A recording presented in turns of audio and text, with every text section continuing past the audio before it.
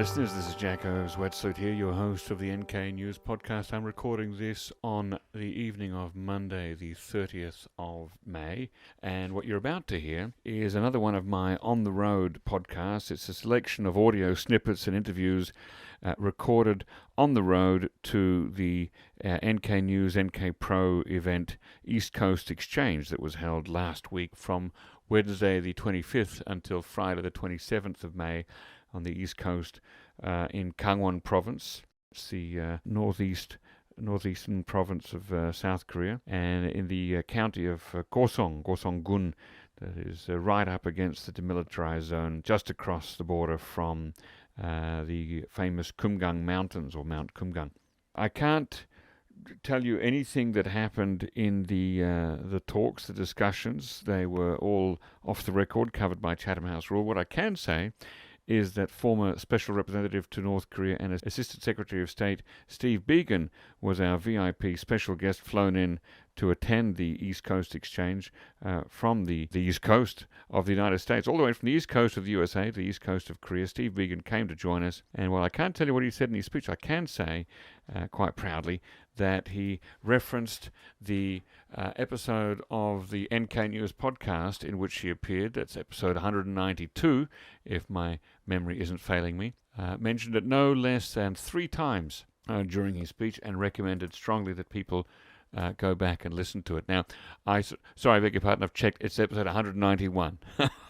Okay, so he said go back and listen to episode 191, and I did try to convince him to come on the podcast for one of the audio snippets in this episode. Spoiler alert, he said no. Actually, he believes that he has said that all that he's going to say on the record about his time with North Korea in that episode 191, so you won't hear him speaking on the record on this episode, unfortunately. But you will hear a number of other voices, some new and unfamiliar to you, and some of them you'll be very familiar with from previous podcasts.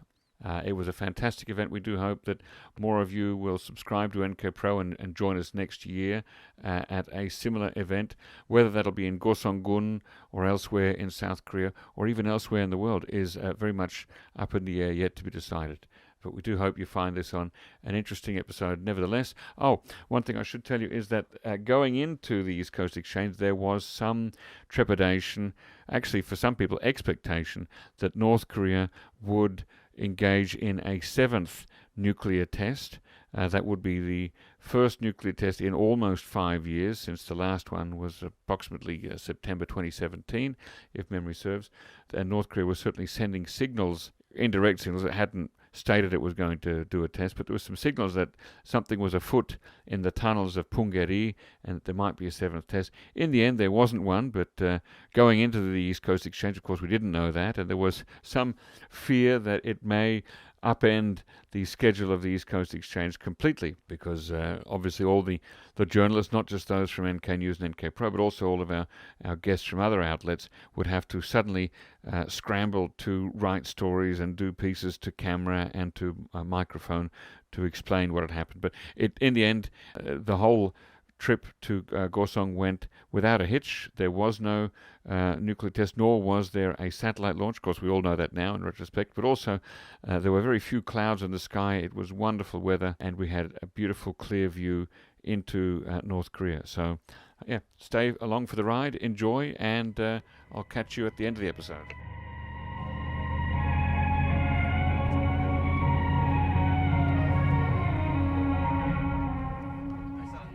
Hello, podcast listeners. Welcome to the NK News Podcast. I'm your host, Jacco Zwetsloot, and it is just a little after 11 a.m. on Wednesday, the 25th of May, 2022, and I am on a bus with about 30 other people. We are shortly to depart for the east coast of South Korea to the county of Gosong in Kangwon province. Kangwon province is officially the only province of the 2 Koreas that is divided amongst North and South. There's a bit of it in North Korea and most of it lies in South Korea. And we're going to the very northernmost part of the southern South Korean part of Kangwon province, to Gosong County, where we will go and visit the border, look over into North Korea, look at Kumgang-san, and we'll be having a special 3-day event for subscribers of NK Pro, the NK Pro platform, which I advertise at the end of every episode, of course, and invited guests. So we have a bunch of people there. It's all off the record. I hope to be able to encourage a few people to come on the record and record some words of wisdom with me that will be eventually stitched together to form the next episode of the NKNews Podcast. The mood is a little bit like the beginning of a school camp. Everyone's excited, wondering what's going to happen. The one thing I can tell you is definitely not going to happen is there will not be a lunch stop on the way to Gosong County. So we've either got to pick up something quick at a restroom pit stop on the way, or just hold our horses until we get to the Rene Bleu Hotel by Walker Hill over there on the far east coast of Gosong County. Now, sometime this morning, I've not checked on the time of this, but sometime overnight or this morning there was a missile launch from North Korea, which has been already reported quite quickly by the Joint Chiefs of Staff here in South Korea, and that will obviously be a topic of conversation there at the East Coast Exchange. That's the name of the 3-day event that we're going to talk all about North Korea from every possible aspect. I will be moderating a couple of panel discussions, one on the end game of North Korea, what Kim Jong-un really wants, and one on sanctions in a post-COVID world, what they would look like in North Korea and what they might hope to achieve. In the meantime, there is the question hanging over our heads of whether North Korea will test another nuclear device. Now, they haven't said they will, they haven't hinted at that, but there are signs that may be something in the offing. Whether that happens during the 3 days that we're actually on the East Coast, very close to North Korea, that's another question entirely, and we'll find that out when we get there. The bus is just starting to pull away from the bus depot now here in central Seoul. I will update you listeners on the way there and hopefully get some interview grabs with some of the esteemed guests during the day.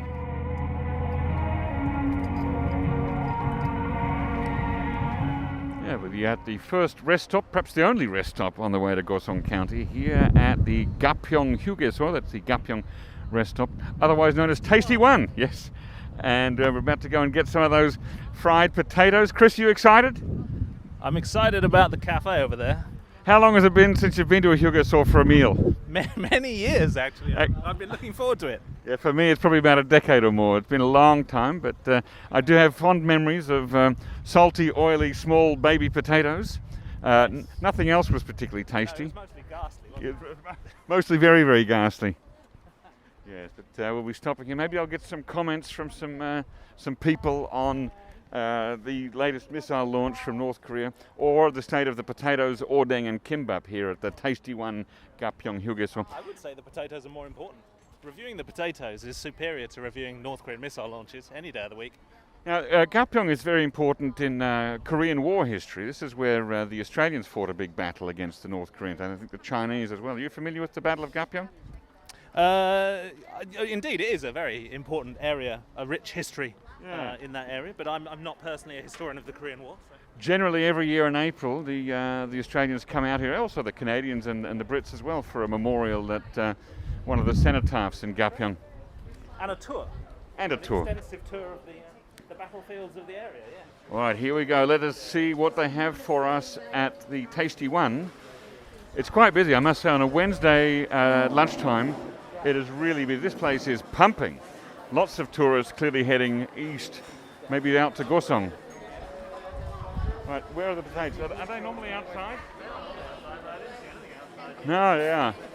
Well, they're the same forever until they're not. Let's check out that way. There's also a restroom out there. Otherwise, there's always udon. Ooh, look, they're selling that Korean rip-off of Lego. Are you still recording? Yes. Bit of bubble tea, maybe?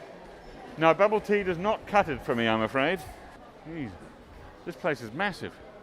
Queen's Black. Oh, it's a black bun burger. I might try that. It'd be quite nice. It could be. I do want to know. One's got an egg. Normally the potatoes would be around here somewhere. But maybe there's no market for it anymore. What? Why would there not be a market for potatoes anymore? Where? All right, let's do it. I think I just saw another foreigner.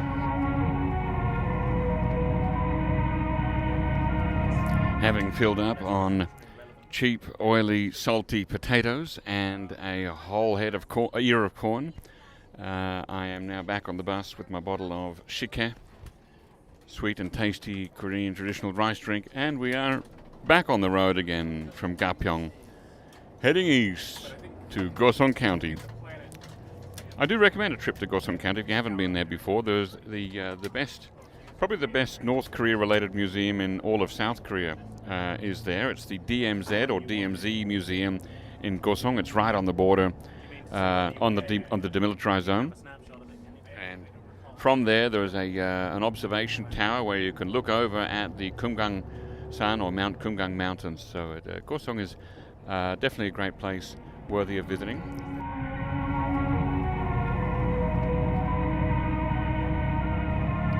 One of the first thoughts that strikes me driving through Kangwon province in the late spring, when it's absolutely green and the hills are covered with trees. It's quite beautiful out here in Kangwon, and immediately you think, well, A, it's beautiful, and B, these are the same hills that were completely denuded of every tree after the Korean War. Years ago I met some Australian Korean War veterans who told me about their experience at the Battle of Gapyeong and how it was almost impossible to find any tree that was still standing, because those that hadn't been cut down for heating or cooking fires were used as barricades to hide behind and set up a machine gun nest or some other kind of foxhole or emplacement.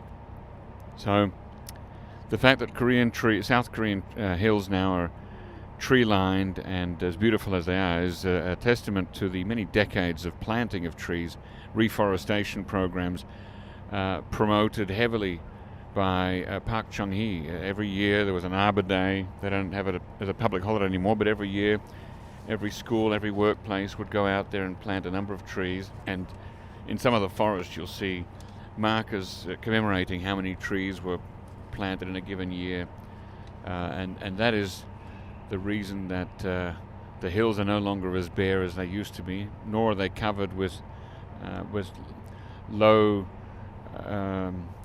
foliage or crops as they are in North Korea. North Korea, I found that many hills are also used for agriculture, so corn, mainly corn, but also other things like soybeans that be grown on them, or sunflowers. But here in South Korea, the hills are very forested.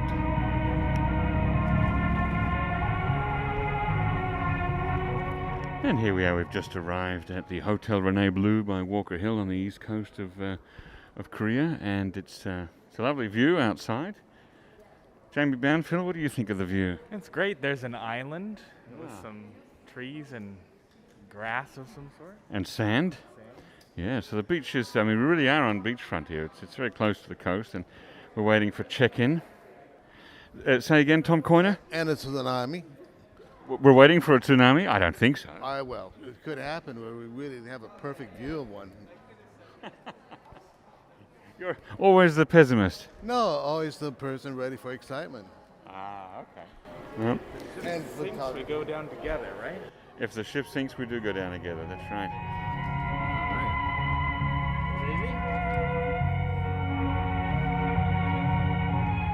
I'm now in the room of the Rene Bleu Hotel by Walker Hill here in Gosong with Chris, with whom I'm sharing the family suite, not because we're a family, but because NK Pro has decided that we're bunking together. How do you feel about that, Chris? I couldn't be happier. Always a pleasure. Never a chore. Excellent. So while we've been here enjoying a walk on the beach and a beer on the balcony, things have been going on. Actually, even starting early this morning, there's been some tests of missiles from North Korea. Do you recall any of the details on that? No. Okay. Well, all I've got is that there were, I think, 3 projectiles fired, one of which may have been an ICBM. Details, of course, to be confirmed on nknews.org. And then this afternoon, not far from us here in Gangneung, apparently there were some live fire exercises from the US and ROK forces together, sort of firing back. I mean, is likely to be prompted by the North Korean test? Is that how it works, Chris? It can be how it works. On past occasions, the South Koreans and the US have responded with exercises of their own when the North Koreans have launched missiles. We got an experience of that back in March. And to me, it seems unusual that the US is actively involved in a missile firing exercise from South Korea. Sure, South Korea fires missiles from time to time, but that the US is actually an active partner in it. Does that happen? Well, the two are in a military alliance, and there is communication between them. So maybe the reporting of it is different, or maybe there are some different modes of behaviour this time. But of course, the two do collaborate on their military alliance naturally. And the thing that we're all asking ourselves now over here on the East Coast in Kangwon is, will there be a seventh North Korean nuclear test while we're out here? Not that this is a dispositive factor in North Korea's decision-making, but what are some reasons why there could or perhaps would not be a nuclear test right now from North Korea? Look, the main issue here is what you think North Korea's end goal is. That might determine whether you think it is more or less likely that they would conduct a nuclear test. Now, the fact is that there is intelligence being quite openly indicated by the South Koreans and the American government, saying that they are picking up signs that North Korea is preparing for a nuclear test, and that the seventh nuclear test will happen. I'm not suggesting that it will not. There is no reason to believe that this intelligence is wrong, although North Korea may choose not to do it to try and give us that impression. But that's it. Just to recap, the last test, the sixth one, was back in, September 2017, right? Yeah, that's right. So it's been several years. And, my argument would be that if the North Koreans really wanted to be treated as a normal but nuclear-armed state, therefore not subject to sanctions but permitted to keep their nuclear weapons, then like an India or a Pakistan? Precisely like an India or a Pakistan. Then they would be very wise to stick to the claim they made in 2018 that they no longer needed to conduct nuclear tests because they had completed their nuclear deterrent. That was after their sixth test, which would put them in the club, as you rightly indicate, with India and Pakistan in terms of the number of tests they've done. To return to nuclear testing now, in the long run, decreases the possibility of them being treated as a normal nuclear-armed state that is not subject to sanctions, right? It's going to make them look more like a rogue state and less like a future partner that is permitted to have nuclear weapons. So in the long run, conducting a seventh nuclear test is unwise, but in terms of North Korea's short-run aspirations to become a very important pending, potentially crisis situation, or to indicate that Northeast Asia is facing that kind of situation, then a seventh nuclear test will certainly accomplish that goal. So it does depend on what North Korea finds to be its main interests at this time. You said also it depends on what North Korea's end goal is, what Kim Jong-un's end goal is. Is this, when you say end goal, I mean, we're talking really long term, like where Kim Jong-un wants his country to be, perhaps even after he dies many years in the future? Yes, I mean, this isn't really a discussion of, for example, does North Korea seek to overrun South Korea and unify under its own terms or anything like that. More like, is North Korea keen to ultimately be a quote-unquote normal but nuclear-armed and prosperous state? If that were the end goal in 20, 50 or 100 years, then this would be an unwise course of action. Is there any way to know what North Korea's end goal is? Not unless you can ask them. Has anyone asked them? Not recently, no. Unfortunately not. Is the International Crisis Group, for which you are the senior consultant on the Korean Peninsula, has the ICG attempted to ask? No. We would need to take a fair few steps further up the food chain before we get a chance to do that. Because it does seem like an important question, isn't it? That with countries like India and Pakistan, it seems reasonable to say that we kind of know what they want to be. They want to be prosperous and to be, as you say, a nuclear-armed state, not subject to sanctions. But with North Korea, we're always kind of guessing a little bit, speculating what actually is the goal there, because we don't know the degree to which the stated messages align with the internal intentions. Right, and that uncertainty, fostering that uncertainty, is unquestionably to North Korea's advantage, at least in the short to medium term. Yeah, why is it in the interest of North Korea, or why could it be in the interest of North Korea to be unclear about its intentions or its goals? Well, let me answer that by giving you an example. North Korea's best option for dealing with South Korea in the short to medium term is to foster uncertainty and conflict within South Korean politics, because that keeps South Korea disunited, which is to North Korea's advantage. If North Korea does not make it clear what its aspirations and its end goals are, then South Koreans fight amongst themselves for an answer to that question. So maybe if you are a right-winger here in South Korea, you might think that North Korea aims to reunify under a communist regime, and you are perhaps a strong anti-communist thinker and you want to keep North Korea at arm's length, containment, deterrence, and so on. If you think North Korea is simply trying to have national security but then just live peacefully with South Korea, then you would approach North Korea and alliance politics and the international arena in a different way. So by North Korea not telling us what they want, not being clear about what they want, they permit this conflict to fester inside South Korea. In 2022, what threat does South Korea present to North Korea? It's pretty clear that there's no will in South Korea to absorb or attack North Korea. So what's the threat there, and why does North Korea why is it in North Korea's best interest to keep South Koreans at each other's throats? What's the threat? You say there's no threat from South Korea, and you say there's no will to absorb North Korea. That may be true right now. I mean, we could argue whether it is true right now, but it may be true right now. But South Korea is a democratic system. Someone could come to power who takes a different view. And structurally speaking, if you look at South Korea, it's armed to the teeth, for better or worse, in a military alliance with the most powerful country on earth. You don't need to be sympathetic towards North Korea to see that North Korea would perceive the international arena as full of threats. Okay, thank you very much, Chris Green. We'll leave it there for now. Always a pleasure, never a chore. We may talk again after the 7th nuclear test tomorrow morning. I look forward to it.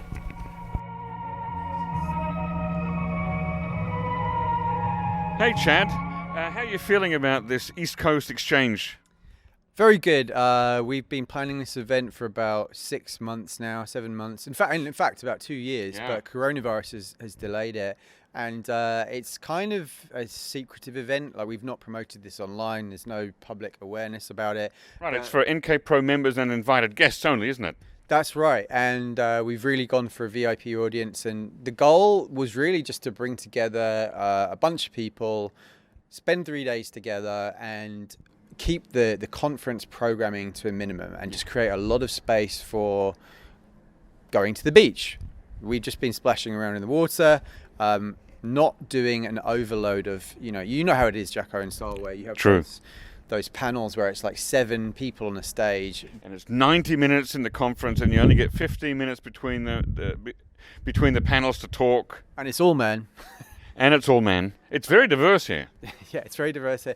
And yeah, so the genesis of this is I went to an event in Salzburg, Austria, about 5 years ago, which was a 5-day conference with 40 experts. The same. I've just copied the concept and applied it here, but with a slightly bigger crew.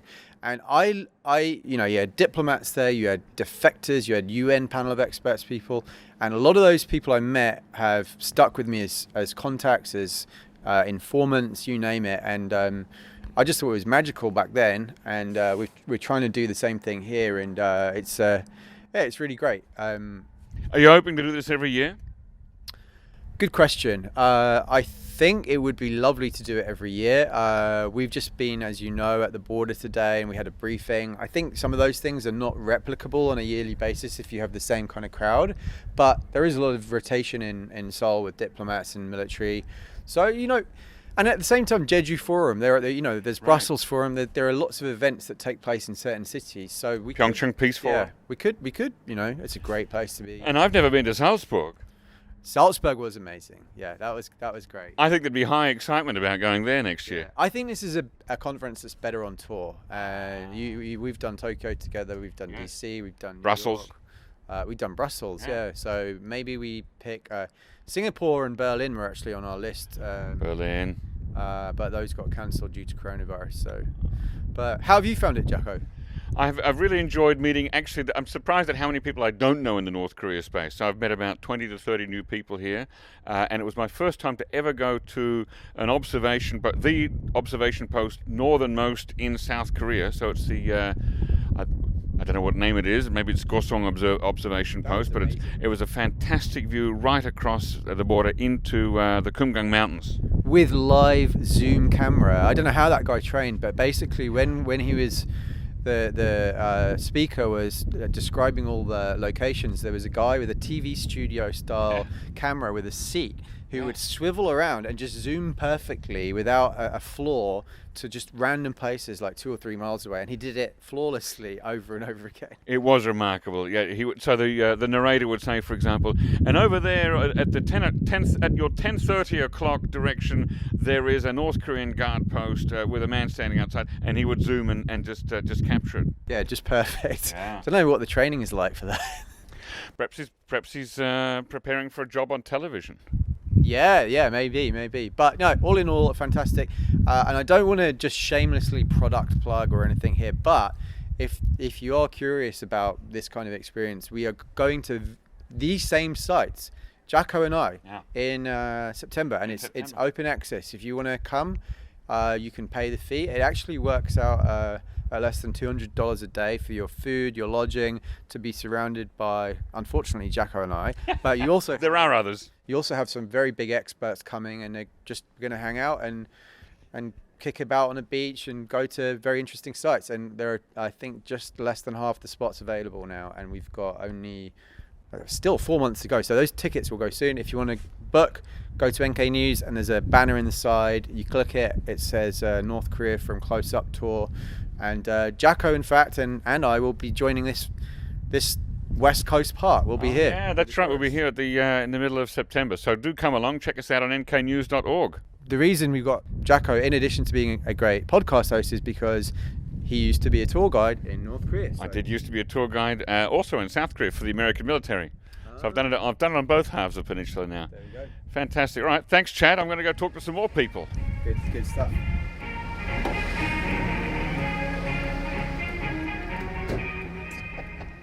I'm out here on the balcony with John Delury from Yonsei University, who's laughing at me for mispronouncing something earlier. And I'm going to say it again now. And I'm also here with the Israeli ambassador, Akiva. Welcome. How are you? I'm excited to be here. Hey, what have you both of you thought about this event? This 3-day East Coast. I like to call it East Coast Escape, but it's actually East Coast Exchange. I'll leave you waiting there, John. Let's start with you, Akiva. What have you thought about this? First of all, it's the first time I visited on the East Coast, and it was actually the Pacific Ocean. Yeah, that's a good point. I never thought about it like that. We call it the East Sea here. Actually, it's been a marvelous gathering of people. I'm so happy to do it now that COVID is over. I think NK Pro really did a great job, both logistically, intellectually. The trip up to Gosang Observation Post was unique. Right. And it's been a chance to really meet the whole ecosystem of experts who speak the English language here in Korea in a very concentrated way, and it's been unbelievably useful. And I have to tell the diplomatic corps they should be here. That's great. We'll send the check in the mail. I think we're very fortunate that there's an observation post for Gosong that the tourists can go to. But we, through our connections with the retired General John and Bom, were able to go actually into the demilitarized zone to a real military observation post and look over into North Korea and look at the beautiful Kumgangsan Mountains. Today was a very clear day. It was quite lucky. John, what are your thoughts about the event in general, or about looking into North Korea? I imagine you might have been up there before. Yeah, no, that was quite extraordinary. I've been to the DMZ, but in different spots, never out here. And when you're there on a clear day, like we had today, you can feel how close it is. You know, it's like you can reach out and touch it, and you feel the division in a very different way. You know, so that was a very powerful experience for me. And like Akiva was saying, this sort of gathering, it's been like 3 years, you know, and for something like North Korea and putting together the disciplines that are represented here, we all know, you know, we're all the blind men and women with this elephant, and we understand different parts of it, and you can't really do this unless you get together. And so that the gathering of community is really fantastic. I mean, honestly, I feel quite indebted to NK News to do this. Now, there was some expectation this morning that there may actually be a nuclear test today. It seems to have not happened. We didn't get any call or text about that. But, I mean, that's probably a good thing that there was no test today, right? Yeah, I mean, no one wants a nuclear test. I don't know. Maybe some of the journalists here, actually. Actually, yeah, that's right. There probably are a few journalists who were hoping for that. But that would have been number 7, which is quite a lot, or the first one in 5 years. That there do seem to be some rumors that one is in the offing. Why would you think that North Korea would need to do that at this time? I don't know they need to. I mean, at this time, it's up to them when they want to do it. They have technical reasons. They need to constantly, test and improve their capabilities. They probably want to show, someone pointed out, it may be if it happens smaller because they want to show, miniaturization and sort of, rather than demonstrating how huge it can be, like 2017, they want to show that this can be mounted on a warhead. And so there are always technical reasons, and until they actually launch an ICBM with a nuclear warhead mounted and do it over the Pacific Ocean, then we're always going to have reasons to say, well, they haven't fully demonstrated it. So they have to keep kind of proving the case, and that's for technical and political reasons. Given that there's no active diplomacy, there's nothing really for them to lose. Mm-hmm. They always have a reason, or they have a reason now. None of us will be surprised, for sure. Akiva, how does the diplomatic community in Seoul generally look upon North Korean tests of things like missiles and nuclear devices? I think they think it's pretty horrendous. I mean, John gave an analytical attitude which could explain the North Korean approach, but let's consider it. Who else in the world is conducting nuclear tests? These days, yeah. Only here, and I think that it will really shake things up. I think that if they actually demonstrate the viability of a warhead, it will cause a lot of concern in very, very many places. Can I add one thing? Sure. To Akiva's point, I mean, one of the things, if it happens, that we'll all be watching, certainly I'll be watching, is China's reaction, because China doesn't like this either, but both China and Russia are sort of especially Russia, dealing with another part of the world and other pressures. And so for me, the test, I can kind of anticipate the U.S. reaction, for example. I feel I can pretty much predict South Korea's reaction, although it'll be a big test for the new administration. But how would they play a nuclear test, which they will not be happy about, but whether that means they really put even temporarily significant pressure on North Korea, and how that would manifest, as Akiva said, analytically, will be like one of the big questions that I'll be watching if it happens. Thank you, gentlemen, very much. I'm now talking to podcaster, YouTuber, broadcaster extraordinaire, originally from North Korea, Yuna Jong, who was on my podcast before. Hello, Yuna. Good to see you again. Good to see you again, Jacco. And today you had a very unusual experience. You went into the demilitarized zone from the southern side and you looked into North Korea, your former homeland. How did you feel about that? Sad and at the same time depressed. And I couldn't find a proper word to explain my feeling. Yeah. It was really sad, yeah. Maybe it felt very close and also very far at the same time? At the same time, it's really close, so I can see it. It's visible, but the place I cannot go. So it feels like weird, You can see it, and I know it's my hometown and my land, but I cannot go. So it's kind of like a unusual feeling. Yeah. Right. Had you, since you came to South Korea many years ago, had you been to the demilitarized zone somewhere before and looked into North Korea, or was today the first time? No, I have been there several times.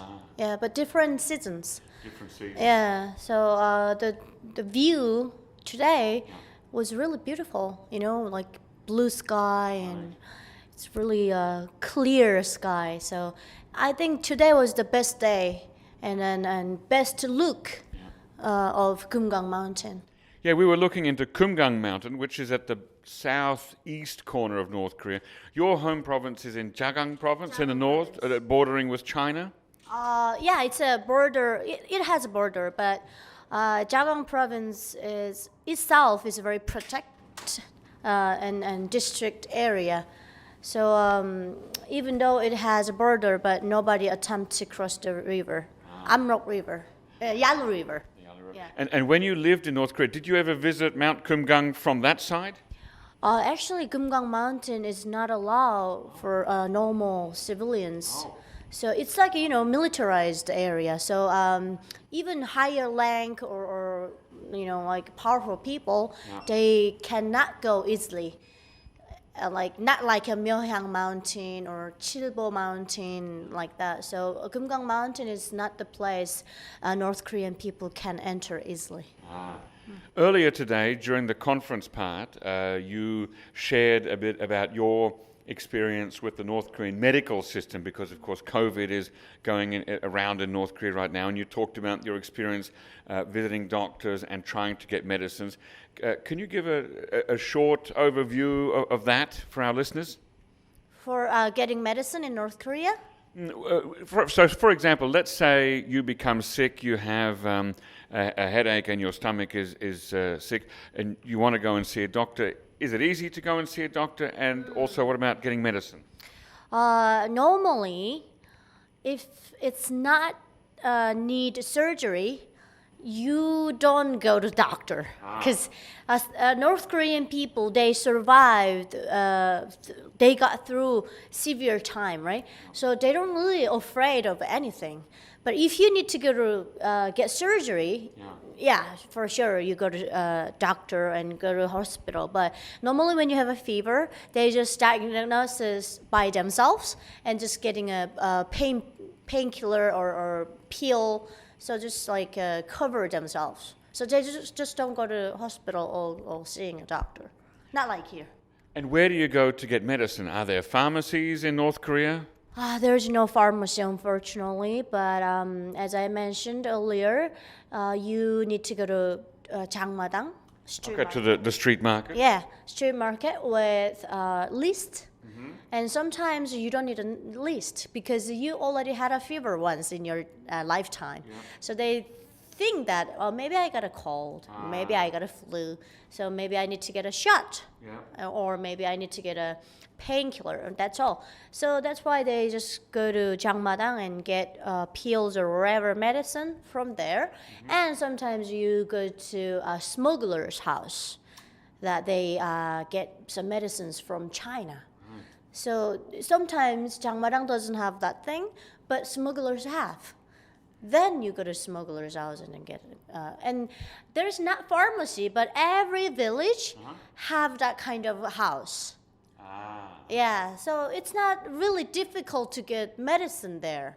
But the problem is it fake or is it real? Right. That's the problem.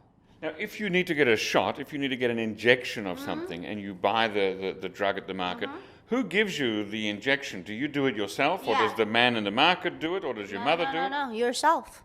So you have to go home with this needle and you jab it into yourself. Right. Sometimes parents do, but if my mom was sick, she did herself. And I know how to shot. Okay, wow.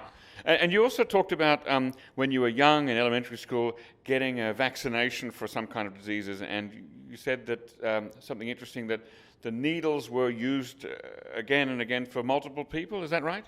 Yeah. That's why I told you. I thought they told me my blood type was O, but when I arrived in South Korea, they told me my blood type was B. So I told them, no, my blood type is O. They said, no, you're B. So who told you it was O? The North Korean hospital. The doctor told me. So were they looking at somebody else's blood? I think they used the needle. Yeah. So I believe they tested some other people blood. Right. Yeah, and then also when I got the vaccine when I was in kindergarten and high school student, I saw they used the same needle. Wow. Yeah. And is that because there are not enough needles in North Korea? I think they don't have one-time needle, so that's why they recycled all the time. But at the school, the situation was not enough to boiling the things every single time. So maybe that's why they use the same needle. I don't know for now, but I only talking about my experience. Right. When did you leave North Korea? Which year was that? 2006. 2006. And did you learn anything interesting yesterday or today, or did you meet any interesting people? I have met a lot of interesting people here, and the one thing it actually surprised me about how many people actually care about North Korean people, and so interested in North Koreans' human rights. And then also COVID-19 cases. So they're so worried about them and they care about North Korean people. So it makes me really, it touched my feeling. I'm glad to hear that. Thank you very much, Yuna. Nice to talk to you again. Nice to talk to you again too. And I'm here right now with Jongmin Kim, the lead correspondent for NK News Seoul. Hi. Hi. How's your day been? It's been hectic for both 2 days, but I'm very glad to see that everybody has been having a very informative time in Koseong. And I want to say thanks to Kylie who organized all this. Yeah, well, actually, I'd like to talk to Kylie about that. Anyway, how long have you been working on North Korea-related news now? It was since 2017 when I started working for CSIS during the Fire and Fury days. But if I just count in journalism, it was since 2018 when there were all the summits. And today was I believe, was your first time to, the closest you've actually got to North Korean territory, isn't it? Yes, so if you ask me what was most memorable today, that was definitely it. Because it was such an ironic situation because I'm a South Korean. I've been living on this peninsula for almost 30 years. Right. And I've been covering North Korean issue for almost 5 years now. But this is the closest I've ever gone to North Korea. I've seen Kumgang Mountain very close with my own eyes, and in the room there were so many people who actually been to North Korea multiple times, but I haven't been there ever. But this is the closest I've been, and I felt quite emotional actually. Yeah, and we met some young soldiers who were part of the large group of military folks who were here protecting that border between, or not border, but the demilitarized zone between the two Koreas. And what thoughts went through your head? So first of all, I thought they must be my age, is one thing that I thought. And the reason why I said I got quite emotional, I don't get emotional usually when it comes to, like, during work hours especially. Unless you see a cat photo or video. Of course, yeah. But today was different because it's different from when I am covering border-related news stories, looking at the map, looking at the Google map, calculating the meters, or looking at South Korean and North Korean documents. It's very different from that when you're actually there, looking at the military personnel who are guarding the area all the time. And it was quite something because I could feel very direct. I could feel that they are dedicating very big chunk of their life to provide security, protection, and freedom, basically, to the people who are living south of the border. And it was quite something. Somebody said, it's a common phrase or slogan that freedom is not free, but I guess you thought about it in a different way today, perhaps. Right. Usually when I hear freedom is not free, that is usually in statements, like joint statements, leader summits. Like let's go together, Kapshidara. Press guidance.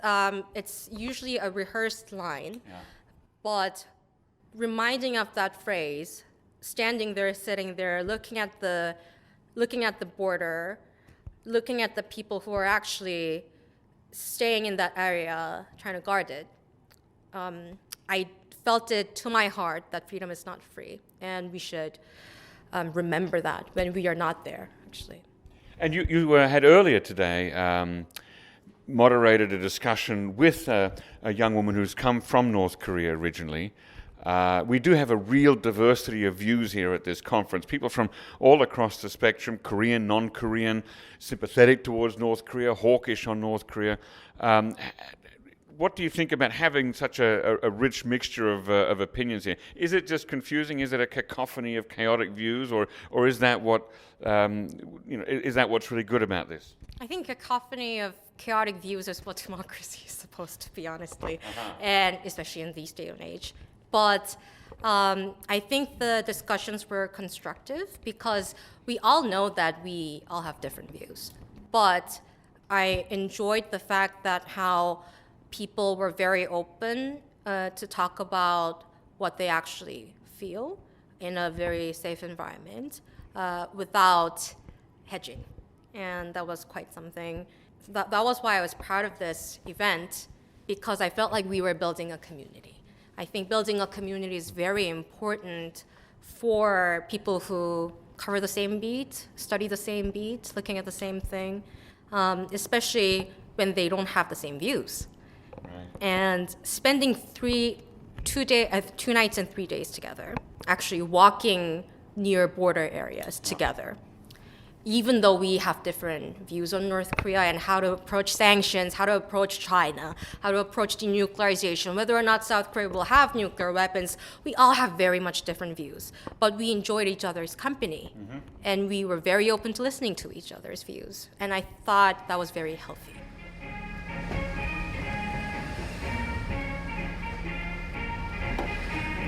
I am now with Kylie Park, the logistical genius who has organised this whole event here at the East Coast Exchange. Kylie, welcome on the NK News Podcast. Hello, nice to meet you everyone. I'm Kylie. I'm a project officer at Korea Risk Group. And those with a good ear for language will have noticed that Kylie has a little bit of an Australian accent. I do, but sometimes people think that I'm also having an American accent as well, so I'm a bit of both, I guess. Okay, I'm sorry to hear that. So, how do you feel the event has gone? This is now I should tell our listeners that we're almost at the end of day 3. How do you feel about it? To be very honest, I was very worried because obviously it's our first time preparing this event and we're bringing large number of people to like really far from Seoul. How many are we? Are we over 100?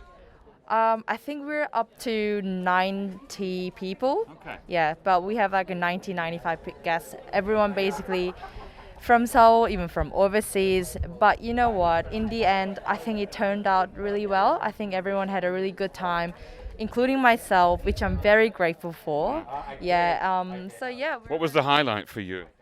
Well, my highlight, I think many people enjoyed the first night at the rooftop with a great view, with great food. And then also the second day, we went to the Kumgangsan Observatory, which is normally prohibited by public people. So yeah. Had you ever seen Kumgangsan in real life before? No, absolutely not. So when I saw the view, I was obviously mesmerized. It's definitely my first time, and as a Korean person, it was somehow really touching. Yeah, as well. Yeah. Near and far at the same time? Exactly, and also I've been hearing about Kumgangsan through my whole life. And right, in poems, in sayings, in songs, in everything, really. Exactly, and then like first time actually seeing Kumgangsan in my entire life, and then the briefing they provided was amazing as well. So it was very informative, at the same time very emotional for me personally, yes. And have you met some interesting people here, without giving any names? Oh yeah, oh absolutely, of course. I mean, because I've been often communicating over email with those people, and it was really, really nice to see them finally in person, introduce myself in person. Yeah, so it was really nice to see everyone, yeah. How long have you been working with NK News and NK Pro now? Well, actually, this month is my first year anniversary. Oh, Yay, wow. yeah. Well, congratulations. Thank you very much. Were you interested in North Korea before you came here? Well, yeah, I was actually a graduate student right before I joined this company, and I wrote my thesis on US North Korea. Yeah, so definitely. Okay, and have you learned anything interesting over the last few days that you didn't know before? Anything surprising? Well, the biggest surprise is actually not surprise. I already knew it, but like I love how every of our guests were very engaging and very generous and social. And I really, really appreciate how everyone just opened the discussion, inside and outside the panel discussion. And it was so informative and engaging, yeah. Any disappointments? Anything you would do better next time? No, well, actually, I have a few things that I feel, we need to improve this. But it's mostly from me as a preparation, team, not from any guest or any other logistics-wise, yeah. And you hope to do another one again before the end of this year, or will it only be one per year? Absolutely. I mean, I don't know, but you know what? I really wish that we can do this at least once a year. That's my aim, and I really want, I'll try my best to make it work. I think at least twice a year, Kylie. What do you think? That'll be amazing. That'll be amazing, Jacco. We should probably, plan for something. Right, let's lobby chat.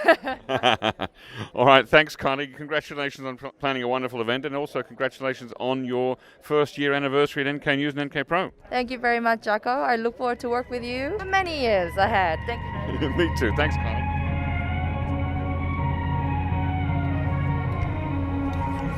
I am now aboard the bus back from Kaohsiung to Seoul. We're waiting to depart, waiting for the signal. It has been an interesting 3 days here on the East Coast, talking about Korea, talking about North Korea, I should say, in all its aspects and forms and from various different perspectives. There's been some strong arguments and back and forth and disagreements. Ultimately, nothing is resolved, but that's the nature of conferences. But hopefully we've all walked away a little bit wiser and knowing a few more things that we didn't know when we got here. And, of course, the major thing about conferences is building connections with people that we didn't know before. Hopefully those connections will lead to fruitful collaborations and exchanges of thought, and also great podcasts in the future as I invite people to come back on the show and talk to us. So thanks for listening to this episode about the East Coast Exchange, hosted by NK Pro, off on the east coast of South Korea. It's been a great trip, and hopefully we'll have another one soon, and hopefully we'll see you all there, listeners, as you subscribe to NK News and then NK Pro. Keep listening.